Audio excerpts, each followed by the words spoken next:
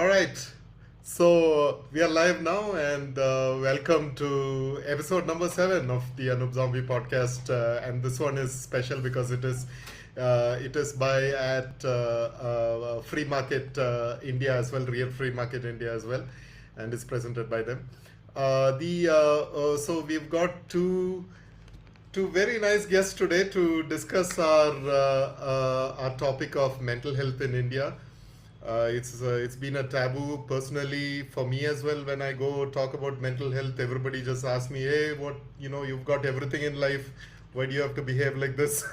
So it is a big thing even to approach somebody about it because people don't really know more about it. And I have got Juhi Jaiswal and Mantasha Khan. Welcome, guys, to the podcast. Um, so Juhi basically been a psychologist for a while now, and she's been incorporating holistic practices to basically help people with mental health, and it's a blend of traditional therapy and things like that, which I'm sure she'll explain during the podcast. And I'm Mantasha Khan as well. So she basically has over a decade of experience in psychology. She did some work with students as well, and now she works in the corporate sort of a sector and she does provide a lot of tools and strategies to help people with mental strength per se. So welcome, guys. Welcome to the show. Thank And you. all right, so well, let's just dive in, shall we? Let's just dive into the question. The first thing that had in mind, and of course, many people actually may not be aware of this distinction. How does the concept of like mental health, differ from mental illness? Like, is this distinction important at all? Is a line drawn there? I mean, how about you, Mantasha? I would start with you on this question. Yeah, hi guys. Again, okay, yes, so definitely there is a distinction because so mental health we can say is maybe to start off with a very generic term when we talk about psychological well-being, when we talk about you know uh, how you feel, how you think, and how you act, and it's again a wider term. And when we are talking about mental illness, that's when we are referring to conditions, various conditions, various disorders, various mental illnesses which affect someone's functionality and how again how they think, feel, act. There are different illnesses that we have heard of. So yeah, so that's the very basic of Juhi, it. do you have yeah? Juhi, do you have anything to add to this? How do you approach this particular thing? So, mental health and mental illness are not mutually exclusive. That's the biggest myth that exists. If you're mentally healthy, that means you cannot have a mental illness. What actually happens is you could have a mental illness, but you could, and you at the same time you have your mental health, and they are two different concepts. So, for example, you have depression, or I have schizophrenia. Any of these mental illnesses can happen to anyone. But when you talk of mental health, every person, whether they are mentally ill or not, has mental health. So it's like saying if you have fever, you don't have physical health. That's not true. You still have your physical health, but you also have a condition which is the fever, and it comes and goes, and it has its own, ups and downs. But they are not mutually exclusive. Mental health includes mental illness also sometimes for some people. Okay, so this is a great insight. So basically, it basically means that just like how a virus attacks you, this thing could happen due to various reasons, right? I mean, I don't know, like even food deficiency, or could be anything at that point in time that kind of affects the way you think is what it is. All right, okay.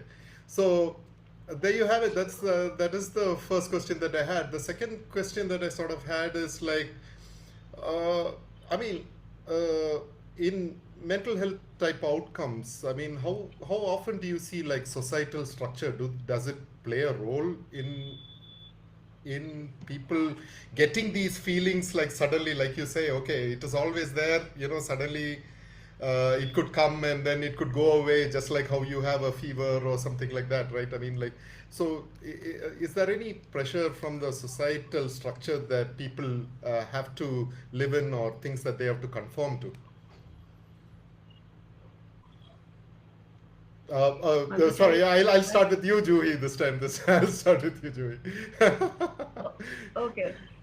So, society definitely plays a role in anybody's mental health, because our environment and our own self, when they interact, is when things happen. So, when we talk of mental health, we talk of a person having mental health.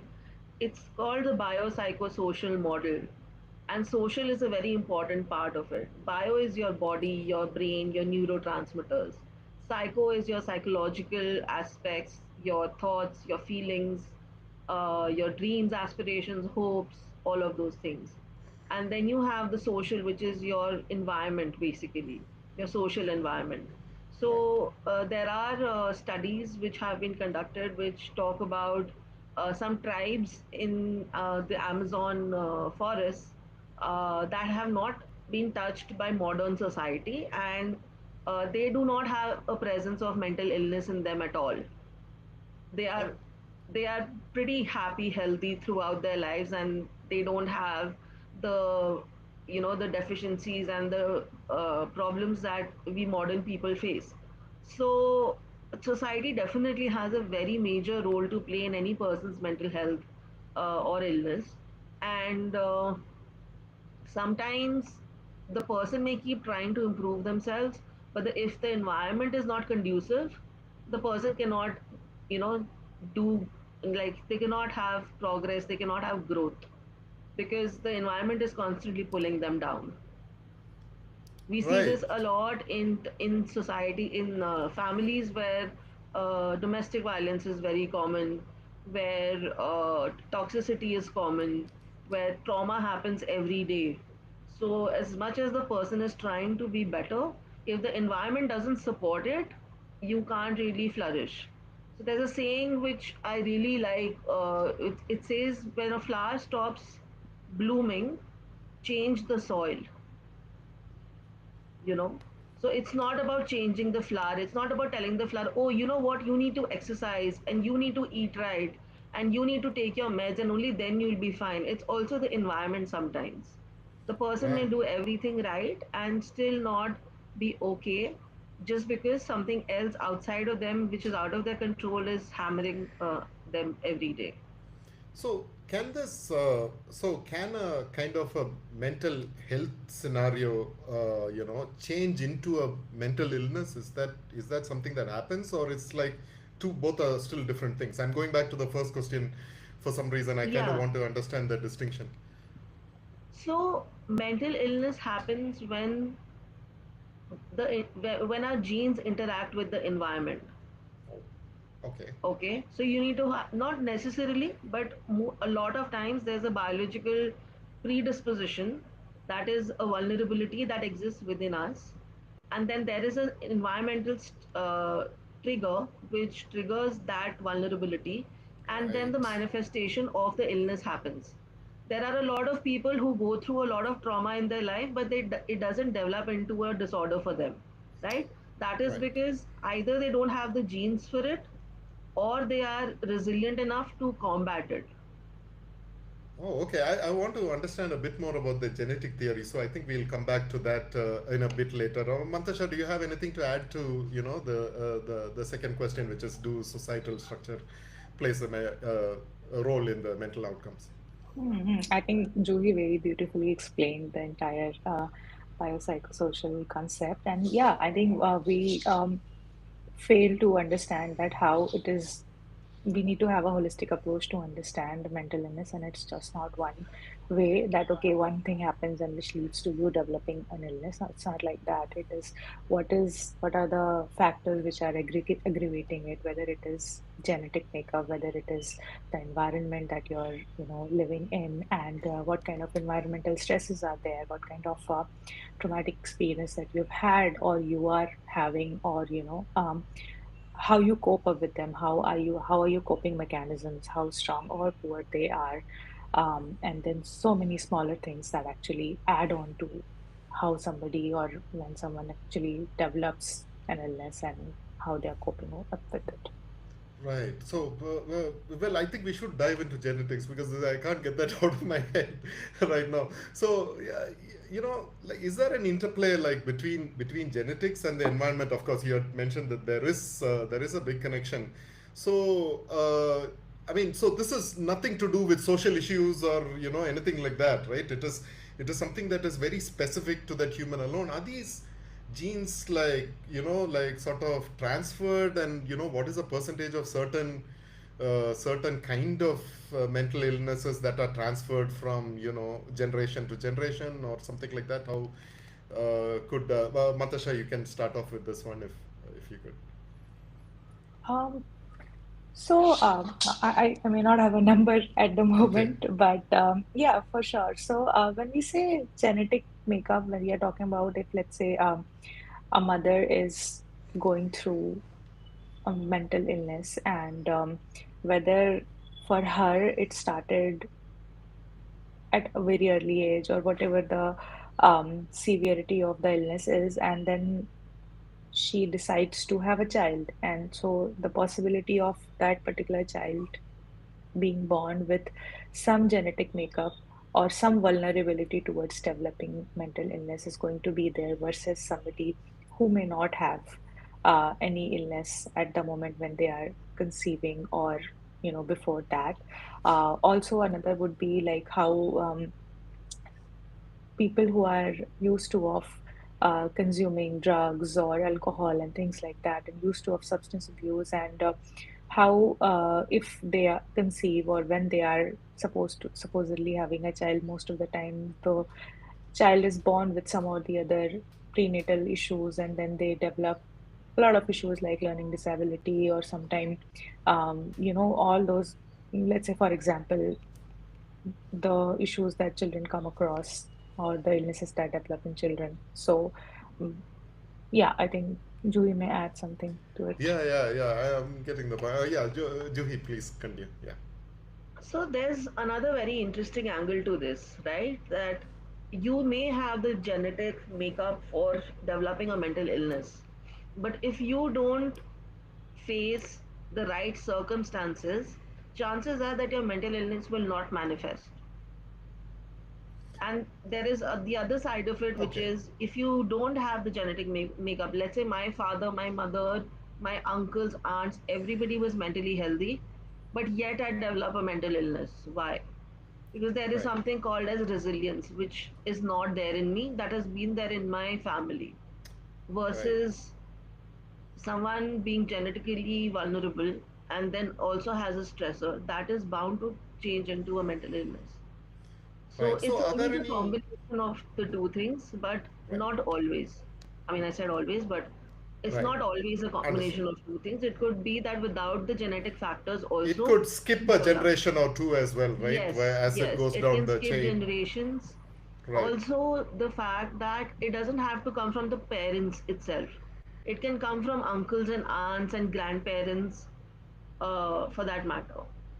So if you have Right. a that's why it's called family history of mental illness. So Right. it's not just parental history. You look at the entire family because your genes are passed down from your ancestors, and if any of them also had some issue, chances are So, that it is getting carried on to you. so going back to that Amazon tribe that you were talking about that didn't have, maybe they don't have that gene at all, right? I mean, that could be a factor. Is that what it is, or is it like to do with the That societal could be aspect a of it? factor, but I think more than that, it was discovered in the research. I don't remember how they conducted the research. Right. But the outcome was that the people have not been exposed to modern living, right? So the challenges and the trauma that modern living brings with itself, they are not facing that. So they are untouched by modern living. And that was cited as the reason why they were doing so well. So basically, it looks like the human race was not built for this kind of living, right? I mean, we were probably Yeah. built for more like the Amazonian type of living, but then now we have quickly, like, we cannot evolve or mutate very quickly to this kind of, We are it's fast like a tracked a mismatch, lot. Yeah, we right? fast tracked a lot, and now we don't know how to keep up with our own speed. Right, right. Uh, yeah, I mean, like my head is bursting with with multiple questions on the same subject, but I think we'll move on to the next question, and we should do another thing just on that. The other thing I want to know is, okay, so like I know, like when you have like a viral infection or something, they give you antivirals, or you have like bacterial, they give you antibiotics and all of that stuff. So let's say for for mental health, is it therapy? Is it like some kind of psychological therapy that goes into it? Is that the pill for it, or what kind of things actually work in this case? Mantasha, you want to take this one? Mantasha, yes, Mantasha, I'll ask you first. I'll start and then you explain it so beautifully again. I know she does explain things so beautifully. Yeah. Thank you. Okay, so yeah, there's no one size fits all kind of a, solution, or like you say, pill that okay, you're having this issue and you're having this illness and you do this and you'll be fine. There has to be a combination of mechanism that goes into picture to be able to help someone cope up with what they are diagnosed with or dealing with, and basically helping them rehabilitate back into their uh, life, as in general what they were doing. So one is therapy is one thing that basically helps somebody understand like, okay, what is happening with them and how they cope up with the symptoms and how they manage their emotions, their mood, and their actions and things like that. The symptoms basically. In addition, basically, the first thing is basically medication, which helps the person. But before medication, there is something called psychoanalysis, right? Is that Yeah, a yeah, thing that that's that so those are goes? the yeah, those are the assessment process basically. Now, like since we discussed the treatment lines, so that's why I started with telling just the medication bit, where you, of course, you analyze, you assess the need of the person, you understand that okay, whatever is required for them, and then So I medication so is I one assume part. during this analysis you would kind of go through their history first, and then Yeah, yeah, yeah. history first, and then kind of try to figure out, okay, is there the genetic aspects of things after that, right? Like, or I mean, like, how would that work? Yeah, so Like, basically, a detailed history is required for the psychiatrist to draw a diagnosis to understand what exactly is happening to the individual, and what kind of diagnosis will it be, and then also what we call the severity, understanding the severity of the case and the treatment protocol, because it's not something that okay, today you're having this and then tomorrow it's going to be completely different. No, it's basically with time your symptoms may shift in different forms. So then understanding the entire case, when things started, what are the things that basically made the illness, not made the illness, but what were the triggers for the person to, you know, due to which the illness developed, and various other things. So basically, a strong case history is where it all starts with. Moving on to the diagnosis, then leading on to the medication, then therapy with along with the medication, which help the person, like I said, understand okay how to manage their own symptoms better and how to take care of their own self. And of course, smaller other exercises that come in the picture, not immediately. If somebody is highly symptomatic, you may not immediately just ask them to sit with a therapist and work on the symptoms. So yeah, so there's a process basically.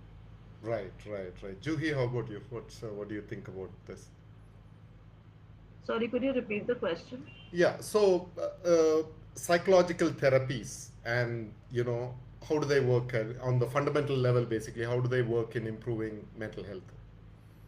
So it's people say going to your therapist is like talking to a friend, but it's really not, because the therapist is qualified and is a professional in listening and diagnosing and sort of helping. And therapists are usually very objective because they are very neutral. They are not like your family, which would be biased, with you. Like if they So really like basically, you, you they may can say, be open with them and tell them what you want, right? So that's kind yeah, of where they it are is. non-judgmental. It's a free space. Free space, nahi. Sorry, I said the wrong word. Uh, it's a safe space. So no matter what you say, a good therapist will never judge you Right. and will never be like, oh, how could you do this? Oh, how did you think like this? No, they will never say that. And therapy has a lot of modalities, a lot of schools of thought, different techniques, but at the core of it, it's about the client. It's about making the client understand a lot of things about themselves that they don't understand, and helping them out navigate through difficult challenges that they are facing, as well as being like a soundboard, you can say, like where you keep throwing things at them and see what sticks, and what sticks you sit and analyze that. So that is how therapy usually works. And it's a good idea to go to therapy even if you don't have a mental illness, Oh, because even without a label, everybody has trauma, everybody has issues that they have dealt with in their own way. Sometimes we just push things inside us and we don't really sit and process them, and then they later come out in very ugly ways. So oh, if like sudden outbursts and sudden feelings yeah, of the highs and lows, right? It just yeah, and then manifests. sometimes there's a lot of anger, there's a lot of jealousy, a lot of insecurity, and all of these can be traced back to something that you didn't talk about, something that damaged you, but you didn't sit with the pain, and something that you did not pay attention to as much as it needed that attention. Yeah, so I'm So wondering, I mean, like, is there any like insurance company or something that helps people with mental health as well? Because this seems like a bigger issue than you just breaking your hand, you know what I mean? Like, it does. It is. oh, There so there are are. there are some mental health insurance organizations that take mental health into account, but not a lot of insurance companies take mental health into account for mental illness. Oh, okay, all right. Yeah, Oh, okay. So that is kind of a field that needs to be there, if I'm not wrong, right? yeah, Because it is yeah. something that you need even if you aren't really you haven't diagnosed yourself or you don't feel anything, because that is one of the first things that even I was like, you never know what is wrong, but then suddenly you'll feel so lost, or you'll lose motivation all of a sudden, and you just don't know because you were never like that at one point, right? I mean, ah, okay. So this how does this? Okay, my next question is basically leading up to this. Like, is this for kids, for example? Let's say I'm maybe a 13-year-old. I think a 13-year-old would be probably now mentally aware, right? 13, 14-year-old is now like kind of like a pre-adult and is mentally aware of things. Like, if their family does not support them, how can they seek help now? Like, are there any programs for these kids? I mean, there's no way, right? I mean, like, what will they do? It's yeah. If you don't have parental consent, you cannot treat a minor. Oh, okay. So Even that is when they come against the to law. school, and even when they have learning difficulty, they have autism, they have ADHD, they have conduct disorder, there are so many things that the children go through. But if the parent is not accepting of the fact that my child has something, or my child is different, then we cannot really help the child against the parents' wishes. Oh, so And this. that's a really sad thing, because early intervention is the way to go, because the sooner you detect something, the better the outcome, the better the prognosis. Right. So So if you have to do a task with a child and you found out at the age of 6 versus at the age of 12, the one who found out at the age of 6, the kind of help he would have received over the next 6 years, maybe that issue goes away completely. We don't know. yeah, because the mind Versus, is still forming, right? It can always correct yeah, itself somehow. It's like yeah. an eyesight thing as well, I or guess, even if supposing. or even if it doesn't go away, the child learns to cope with it so well that it doesn't affect him as much as it's affecting the other 12-year-old who just found out that, let's say, he has dyslexia. So, and the Yeah. sad thing is with children, uh, they know that there is something wrong with them, Right. right? If you're different than others, like for someone who has autism and cannot make friends, they know that they are different. But Right. if they don't have acceptance from the parents, and this is parenting 101, that if you don't accept your child, how is your child going to accept himself? Right. So it's Right. about really making space for them to be who they are and live the life that they want and be supportive of them, because Right. ultimately they rely on the parents. Right. So something like this could be mandated in like at least schools, right? Because a teacher can very clearly see how certain kids are behaving a little differently from, I think they are the first line of contact with these kids that can actually look at a crowd and then say, hey, these kids could probably need help right now, right? Don't you Yeah, think that is? that's How why about in you? most Yeah. schools that's why in most schools having a counselor is a compulsory mandate, Right. a Only school thing is counselor. you do need the express permission of the Yeah, parents to in order treat to. them, you would Right. need permission of the parents. So that would But include even talking to them about it. Everything you need the yeah, so parents' permission. usually when you work with children, you don't tell them that they have something. You just work on their skills basically. You work on their social skills or their academic skills or their interpersonal skills, whatever it is. You don't really tell a child, hey, you know what, you have antisocial personality disorder. It doesn't make sense to the child. And it makes them feel even more different than the others. The idea is to make them feel more included with the so-called normal kids, right? So, yeah. Right, right, right. So if a parent actually goes through this in their life, what would you suggest is the first thing that they do? I mean, who do they? What do they do? I mean, like they've figured out, okay, there could be something amiss right now. So, who do they call? Like, is there what is going on? Like, where are these places where they can get help from?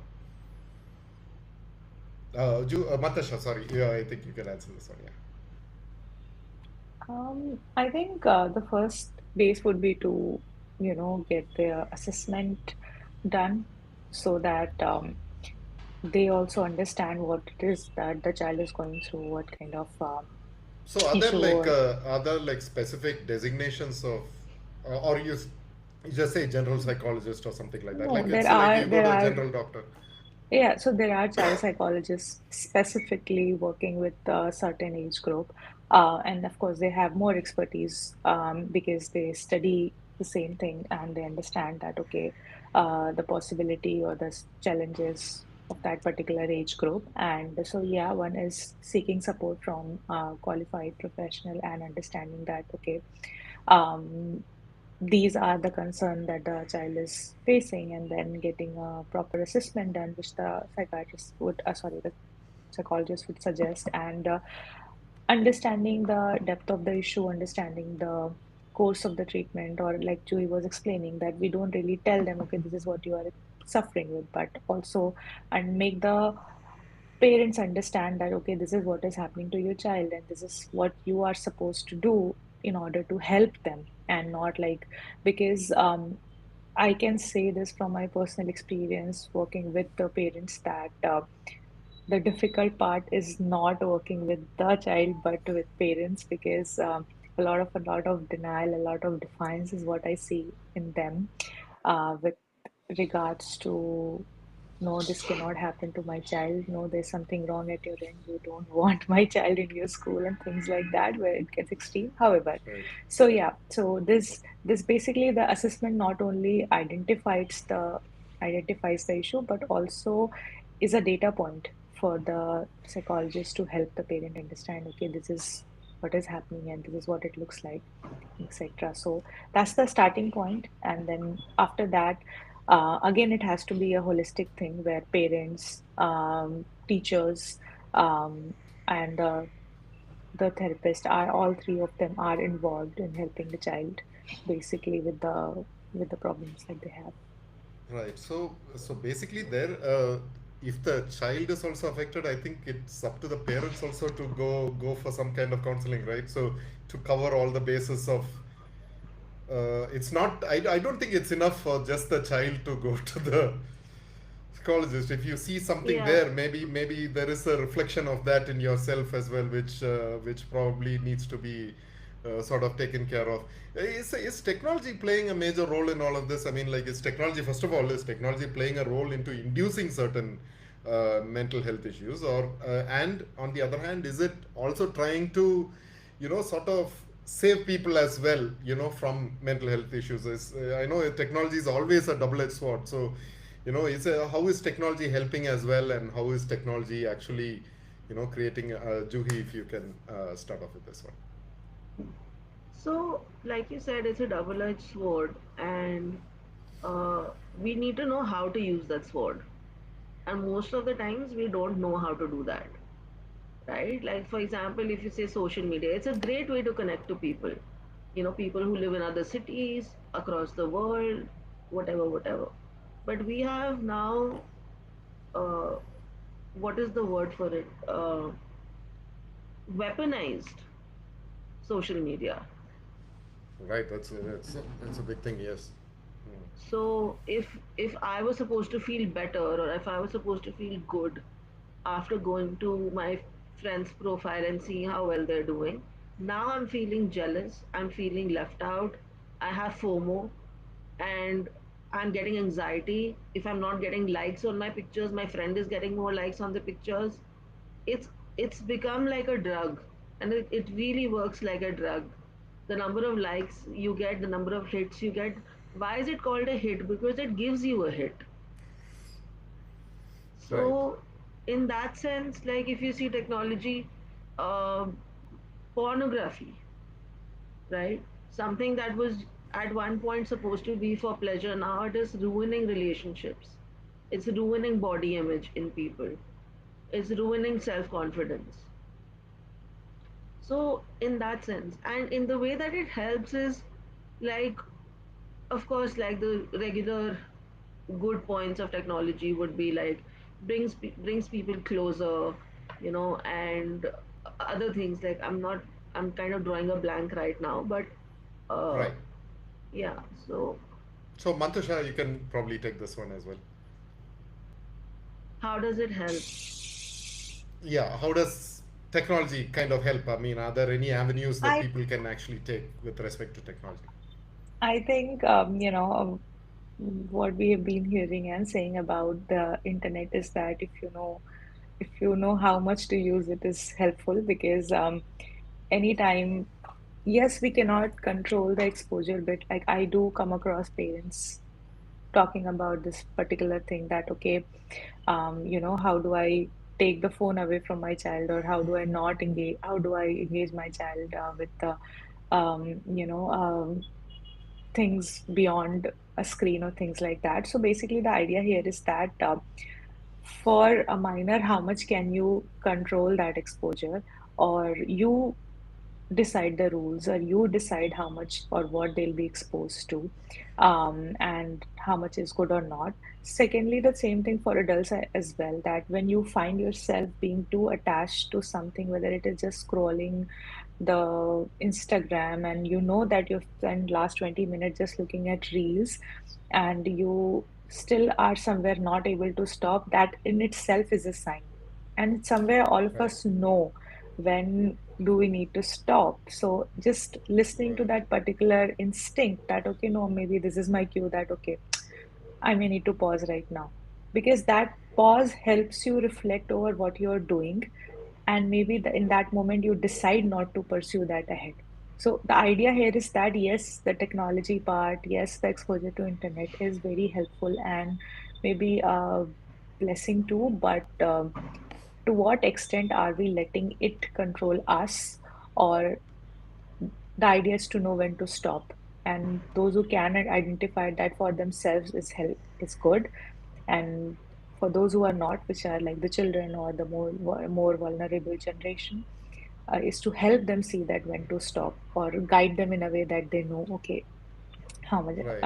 is good for me or not. I mean, I think this has been like a actually it has been like a generational problem because any tech and anything like people from the 80s also, the moment a movie came out, they would want to be there, right? It wasn't like we were always drawn towards that those images that could continuously give us those hits, like Juhi was saying. I think it's just become so accessible at this point that it's like blown over.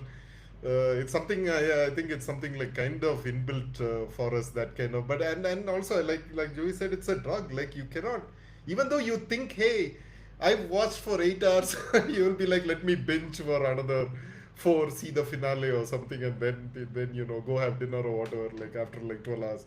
So yeah, so I get that. I mean, like, even in these sense, I just want to know, is there any, how do you differentiate between like a normal emotional response? I know, Julie, you said like, like when somebody yells or somebody, is there a difference between that normal emotional response and, like an actual symptom of mental disorder? Like, how do you differentiate both? Because you do have emotional responses that could be healthy, right? Like, I mean, at the end of the day. Yeah, yeah. So emotions are something which is a part and parcel of our life, and they are very beneficial when used in the right way, Right, right? So if you're gonna listen to yourself and you're gonna sit with your emotions and you're gonna process your emotions, you're gonna be all right. You're gonna be okay. But if you're gonna dump your emotions, if you're gonna hide your emotions, if you're gonna sort of bury them inside yourself or somewhere else, you think they are not gonna come and haunt you. Yeah, well, you're very wrong. They are going to come back and haunt you, so a right? natural response to get angry at something that just happened, or a natural response to, or an unnatural response to get angry at something because of something that happened earlier, probably is kind of the Yeah. line, So that is basic line that can be drawn on it. All right, yeah. So so that is one thing. The other thing is every every emotion which exists in an abnormal person. I don't like the term abnormal, but like in a person with mental illness, the same emotion exists in a normal person too. It's just that the frequency of that, the intensity of that, the sort of the nature of that emotion is very different. For right, example, when you talk of bipolar. Now, in bipolar, there is something called as mania, which is essentially an extreme high of emotions. So you have, extremely high energy, no need to sleep. You have racing thoughts. Your tongue cannot keep up with your brain sometimes if you're really manic. Like your brain is going out at 100 million kilometers per hour, and your tongue is just like walking, on 2 feet. So you can't keep up. And so all of these things exist in a person who doesn't have bipolar as well. You have your days when you're feeling upbeat, you have your days when you're feeling all hoity toity, and you're feeling that, oh, I'm on top of the world. But a person who has bipolar, who's thinking he's on top of the world, thinks that if he jumps from the 10th floor, he will, grow wings and fly. okay, That's just an example of right, it. right, It right, comes under psychosis, but uh, that kind of a delusion that they have, right? Now, if you see, that occurs in normal people too, but just that they know that it's just a thought, it's just a right, feeling, and it's gonna go away. Whereas a person with bipolar will truly believe that they're not trying to commit suicide. They right, really think that they have superpowers and they can fly and they can conquer the world, or they are god, or they are ruling the world, things like that. So these are right. basically delusions of grandeur where you think you're on top of the world, right? So Uh, every emotion, even depression for that matter, every person gets sad at one point of time, but depression is very different than sadness. Depression is right, a very, I mean, the word is itself explanatory, that you, when you say you get depressed, when what the potholes in the road are called depressions. Right. So you really go down in the dumps when you're depressed. But Right. Yeah. sadness will come and go. Like it will come, you will feel it, you will feel really sad, but it does go away. Depression doesn't go away on its own. It's not a Right. natural response. So you do suggest people to immediately talk about it, right? That's kind of where it is talk to somebody who's a little qualified as opposed to just approaching family. I know that certain people are lucky to be born with some family members who probably, can help them out in these situations, but I don't think many people are, right? Many people don't have that support at home. So So yeah, the thing is, the idea is to reach out to anybody that you can. right, That is the first step, and then you go right, to a professional later on, like in a day or two or in a week's time. But right, the first problem that we face is when it comes to mental illness or any kind of mental health challenge, is that people don't want to talk about it for various reasons, various valid reasons, even various invalid reasons also. So, our first agenda as a psychologist becomes then to spread awareness so that people understand that this is not something abnormal the way it is called abnormal psychology. It's not abnormal to feel this way. A lot of people have felt this way in the past. Many right, will feel this way in the future, and they are no different than those people, right? right, right, So, uh, we we we talk about stigma and we talk about how we don't want everything is taboo and we don't want to talk about mental illness. There is something called a self stigma where right, others are not telling you something, you are telling yourself all the negative things, that this is right, wrong with you, that's wrong with you, you're not good for, you're good for nothing, and things like that. So studies have shown that people who have mental illness and don't want to talk about it have usually high levels of self stigma. And right, that is something which we need to understand, that it's not just there when we are mentally ill, it's also there when we are not mentally ill, but in our daily day to day life. Like you're not good right, at your work, imposter syndrome ho raha hai, all these kind of things. So to be kind to yourself, to have compassion for your own self is the biggest thing in life. If you right, can't have that, then you can't have compassion for others, because something that you don't have for yourself, how are you going to give it to someone else? right, right, right. So men and women go through these things differently, or is there some kind of correlation here? Or Mantasha, do you have any thoughts on like how does the gender thing divide this issue? Is it like is it something that is the same for everybody, or how does this work? I think when it comes to gender, in general, I would say it is same, but it can also be different when culture plays a role in, Right, let's say in certain culture which are, let's say, are conservative ones. So maybe um, what Juhi was just trying to explain about the self-stigma bit, maybe we can say that it might be higher in females and versus males who are a little more, you know, um, conservative with respect to oh, okay. So lesser people to sharing the talk bit. to make you question yourself a lot more. I suppose, right there. Yeah, That's true. that's one bit, and two also that you sort of grow up in a certain with a certain mindset that okay, this is where you are supposed to be in that particular boundary, and then you have to deal with what comes to you. Basically, uh, what do you say, resilience, but in a way that it's crossing the Not limit. healthy. Yeah, not Right, healthy, actually. Yeah. So, and also not talking much about yourself is what is being taught to you.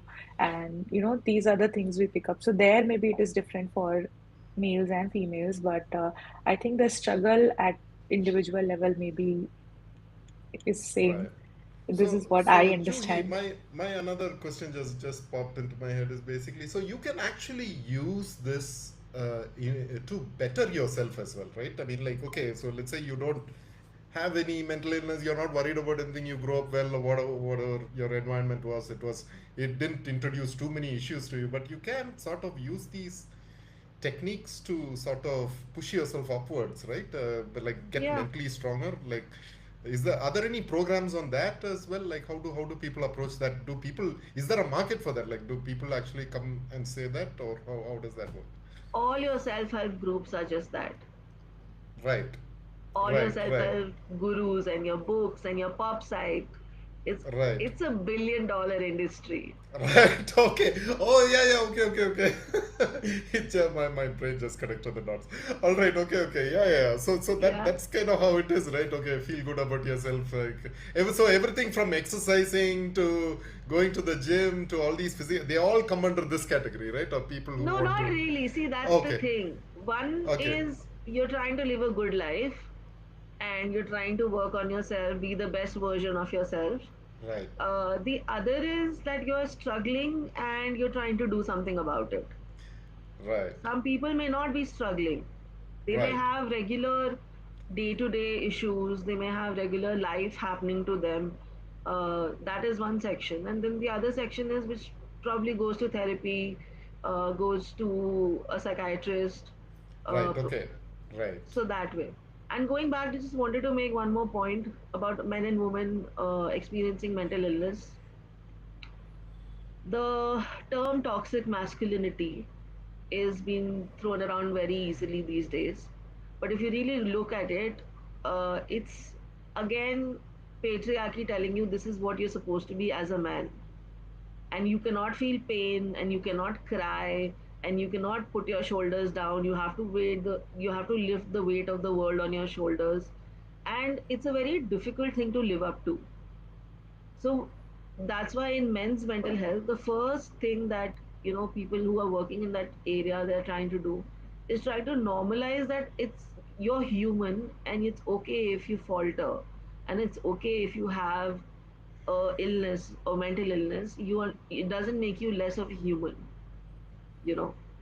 Right. And as far as women are concerned, like Mantasha was saying, that you're always taught to talk less about yourselves, go in a corner and exist and not take up space. So when women finally come to therapy and uh, they sort of go through whatever they're going through, it is sometimes very difficult to get them to a point where they even take up space in the therapeutic setting because they have been told not to talk about yourself. They like think of others, put others first. So in that way it becomes very different, but the kind of nature of the illness also differs in terms of sometimes in terms of how it manifests. Like there are studies which have shown that um, people who die by suicide, men have more violent deaths than women. Oh. Okay, so that's again like a propensity for aggression that's there in men.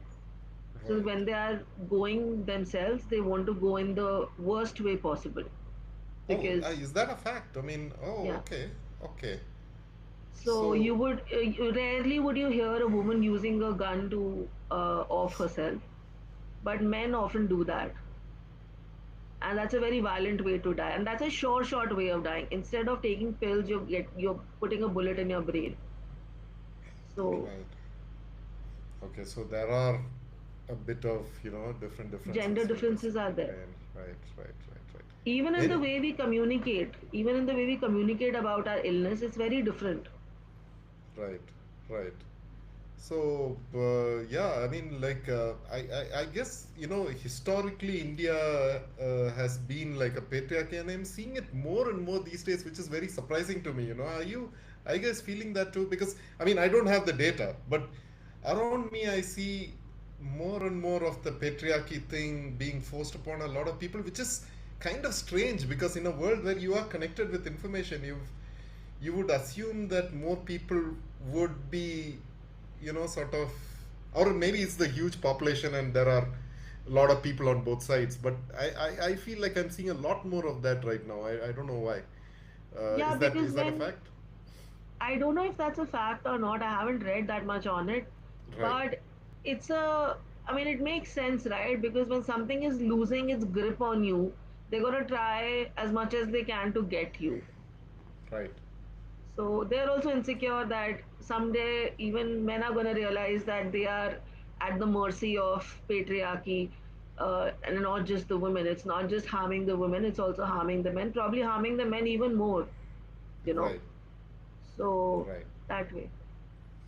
All right. So my final question of the day is basically both of you, Juhi and Mantasha. Thank you a lot for coming. And I think the biggest takeaway for me has been like, mental health is just like a common cold or something like that. You don't have to be worried about it.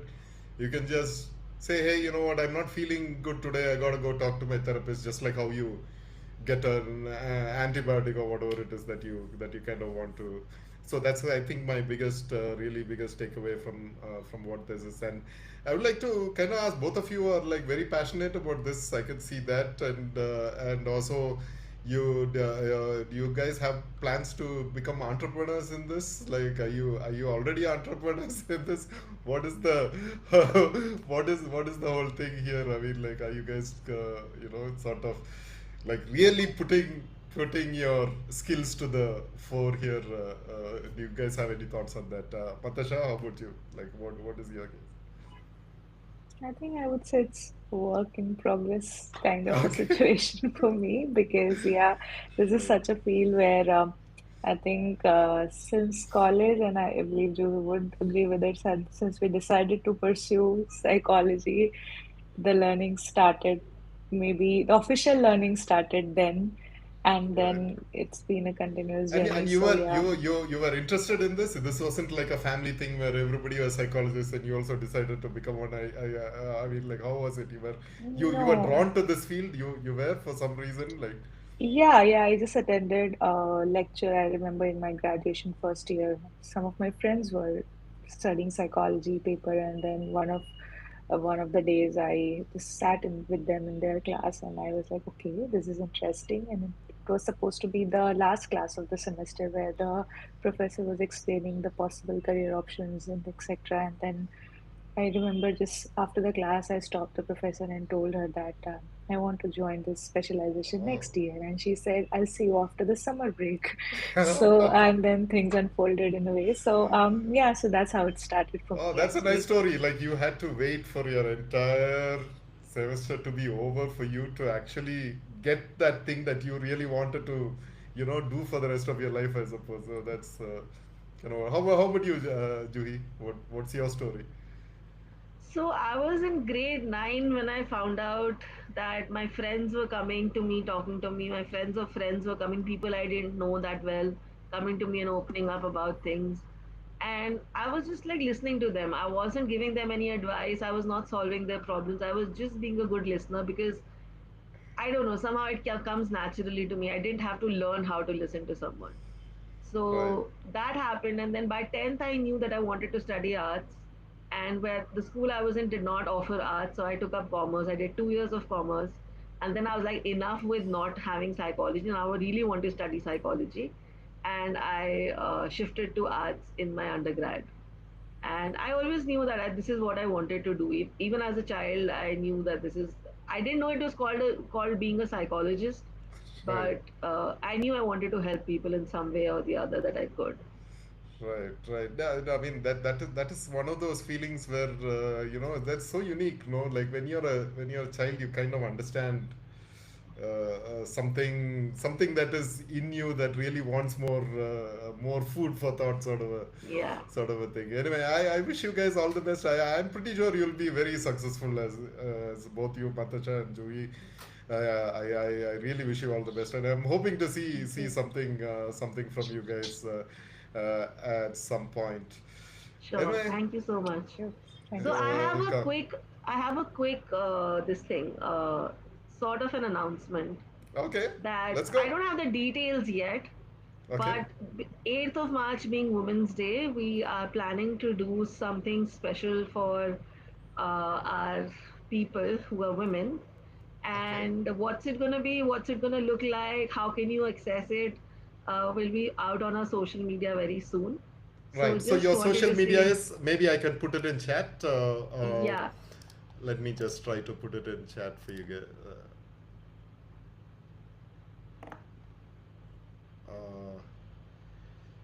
Uh, so what would be the address? Sorry.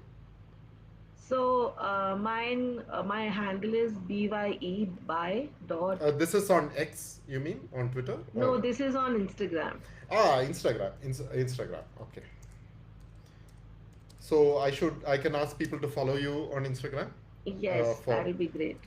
March. So this is March 8th, Women's Day, right? Women's Yeah, Day it'll most special. likely be it'll most likely be an online event. Uh, for it's, online event. What's the handle?